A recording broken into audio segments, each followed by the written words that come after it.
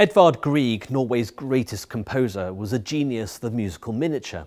He didn't write a symphony or an opera, but simply wanted to distill the essence of his beautiful country into his music.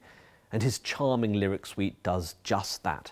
The 4 movements, one of which is featured in this concert, are orchestrations of his most beautiful lyric pieces, originally composed for the piano, with mischievous titles such as Norwegian March and March of the Trolls.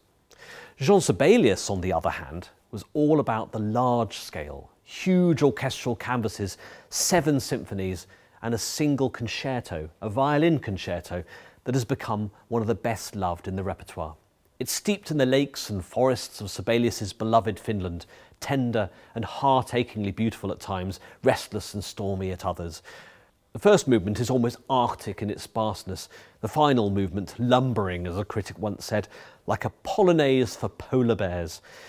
And it's full of challenges for the soloist, although the original 1903 version was a good deal more tricky until the composer came to his senses and made it a little easier. Here's Jonathan James to explore the wonderful textures of Sibelius's masterpiece. Typically for Sibelius, we start his violin concerto with a shimmering snowscape.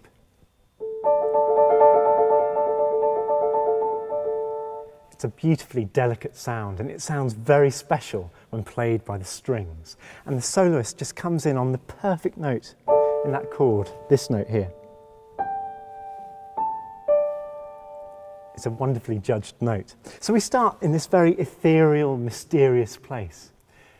But one of the reasons this concerto really succeeds for me is because it combines a sense of mystery with romance and something that's a lot earthier. Often the themes are played out right in the guts of the orchestra, nice low register.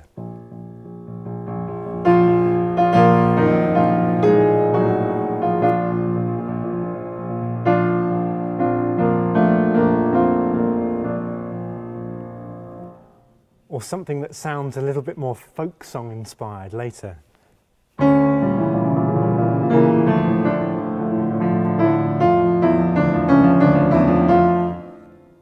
And there's plenty that speaks of Finnish folk legend in this concerto. And even later on, we get a folk dance, and this is in the 3rd movement. It's quite a grumbly, low dance.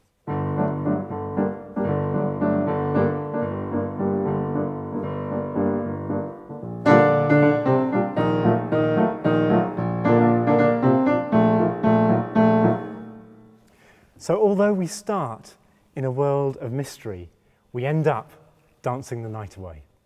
It was Sibelius Mahler was talking to when he said the symphony is a world.